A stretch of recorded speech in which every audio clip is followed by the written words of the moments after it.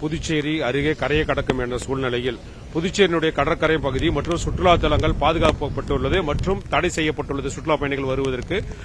தற்போது முதுநிலை காவல் கண்காணிப்பாளர் கலைவாணன் அவர்கள் பல்வேறு பகுதிகளில் ஆய்வு மேற்கொண்டு வருகிறார்.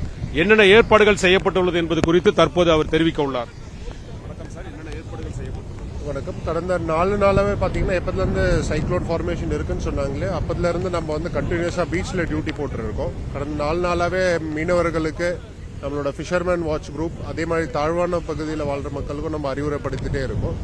மீனவர்கள் யாரும் கடலுக்கு மீன் பிடிக்க செல்லவில்லை. நேற்று நைட்ல இருந்து பாத்தீங்கன்னா கடல் கொந்தளிப்பு அதிகமா இருக்கிறதுனால எல்லா பீச்சஸுமே பொதுமக்களுக்கு நாங்க மூடி வச்சிருக்கோம். டூரிஸ்ட்க்கும் பீச் பக்கத்துல வர வேணாம்னு அட்வைஸ் பண்றோம்.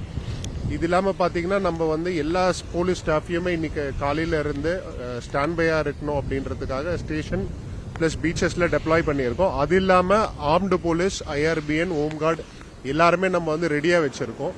ஒரு 2 நாளைக்கு முன்னாடி பாத்தீங்கன்னா NDRFல இருந்து ஆளுங்க கூட நம்ம ஒரு மீட்டிங் நடத்தணும். அதே மாதிரி ஒரு பேசிக் ட்ரைனிங் அதுவும் நம்ம ஸ்டாஃபுக்கு நம்ம கொடுத்துருக்கோம். இது இல்லாம பாத்தீங்கன்னா வெறும் கடல் ஓரத்துல மட்டும் கிட்டத்தட்ட ஒரு 300 போலீஸ் அதிகாரிகளை நம்ம டெப்ளாய் பண்ணியிருக்கோம். காவல்துறை இல்லாம மற்ற துறைகளை சார்ந்த யார் எங்கெங்க அனுப்பப்பட்டுள்ளது, அவர்கள் என்னென்ன பணிகளை செய்து கொண்டு இருக்கின்றனர்? இல்ல எல்லா டிபார்ட்மெண்ட்டுமே அவங்கவுங்க இதை பார்த்துட்டு இருக்காங்க. NDRF பாத்தீங்கன்னா அந்த டீமும் இருக்கு. அது இல்லாம PWDல பம்போட அவங்க ரெடியா இருக்காங்க. முனிசிபாலிட்டி ரெடியா இருக்கு.